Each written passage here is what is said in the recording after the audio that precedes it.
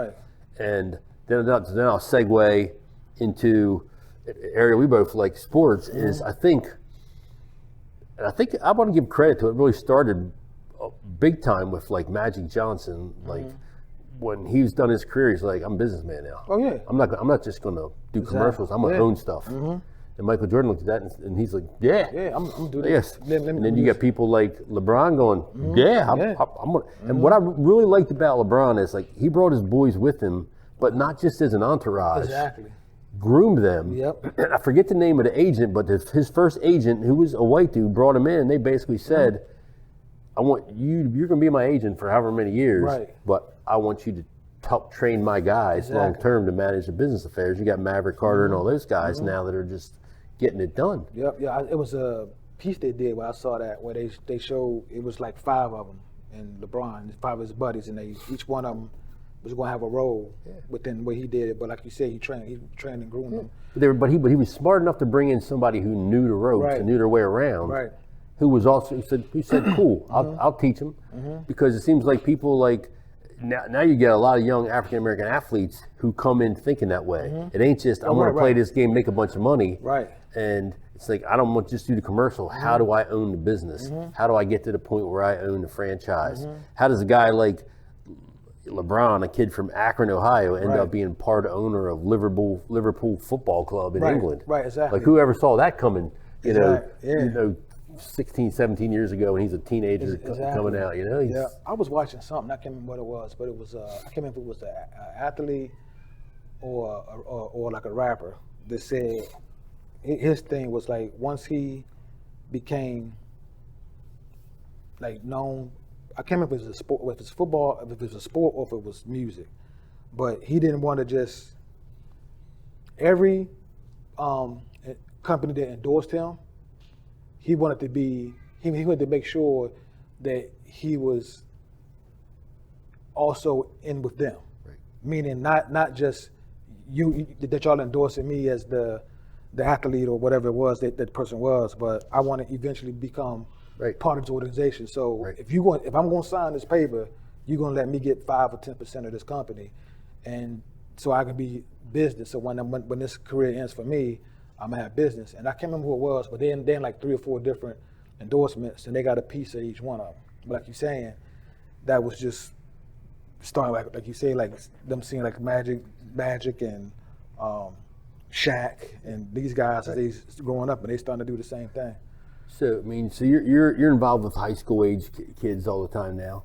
And I think it was a Charles Barkley interview I saw not long ago. He said, when I go in and speak to a school, he said, this is what concerns me. He says, I go in and speak to all different kinds of schools, high school kids. He goes, I go into a high school that's predominantly black, and I say, how many of you people here want to make it to the pros? And he's like, 90% of them kids, and their hands go up in the air. They want to be in the NFL or the NBA or whatever.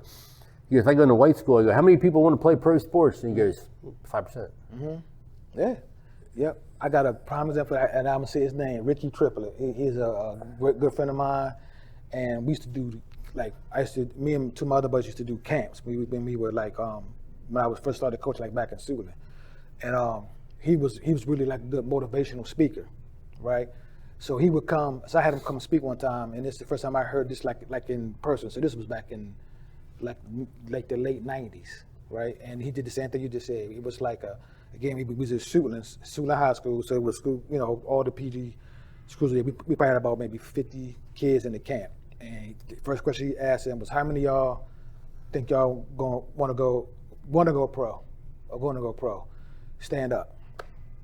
So like almost the whole camp stood up, except for like maybe 5 kids out of the 50, right? And then he said, okay, I'm gonna tell you what, all of y'all sit down except for you. He pointed to one guy. So all of them sat down. He said, you might be the only one to make it. He said, so y'all, that's when he went into the thing about education and stuff like that.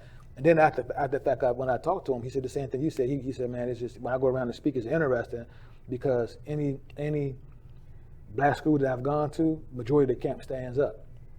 But when I go to like the Mather or one of these schools like that, he said, no, I don't want to be businessmen, because they know that the sport may not be the thing their career. So is the message there that a lot of young African American students only see a limited number of ways up.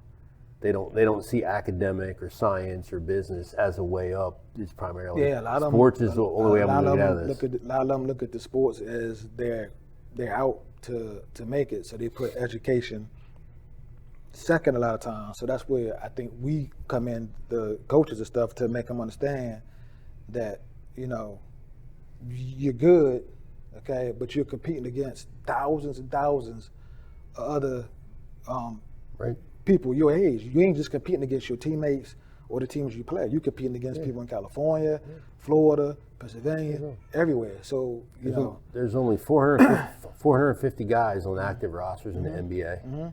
There's only around 1,800, a little bit more maybe now, on active rosters in the NFL.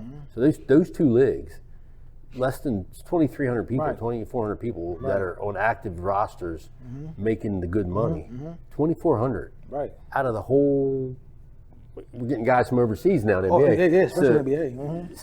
So, what I'm going to jump back. You mentioned is like improving education. No one's ever argued against improving education. It's just I don't trust the government to do it. You know, because I'm going back all the way to. Sorry, I might have ragged on this guy in the last one, but I'm going to say it again. It's Martin O'Malley administration.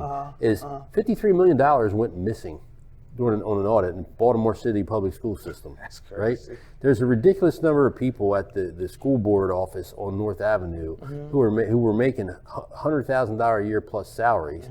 They even found some people who hadn't actually been to work in 3 years. We're getting paid out $100,000, and there's $53 million missing in an audit. You know, and all the city council people in the mayor come out and they pounded the podium, made speeches. We're going to get to the bottom of this. It disappeared. Nothing happened. Never heard anything. Never found anything out.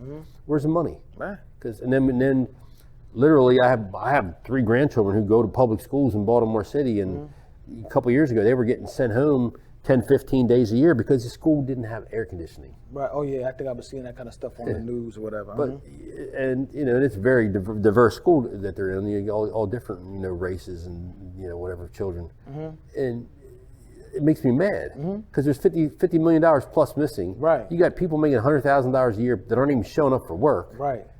And these kids don't have air conditioning, so they can stay in school and learn anything. Right. So, how do we go about making the schools better in a way that actually turns into tangible educational gain?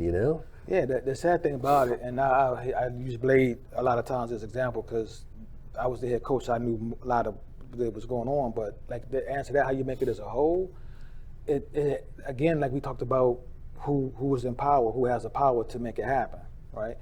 If they do like you were saying, like they came in and pounded fists to make themselves look good, so that I hope I'm gonna do this, so vote for me.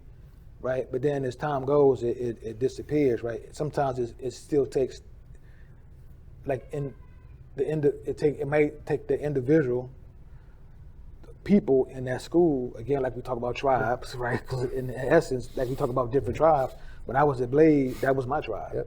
I could try to fight for all of PG County and all the schools, but at that time I had to focus on my players. To me, were like my kids. And for example, our weight room leaked constantly.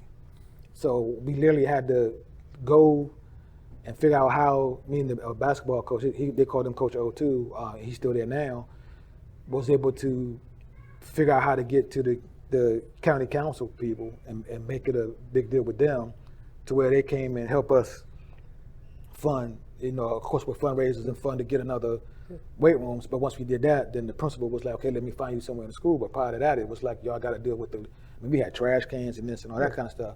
But it's going to take people. It's like 22 schools in PG County.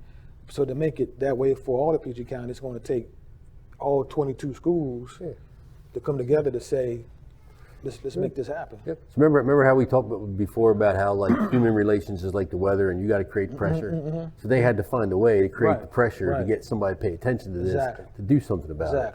Exactly. That's how it works, man. You got to push.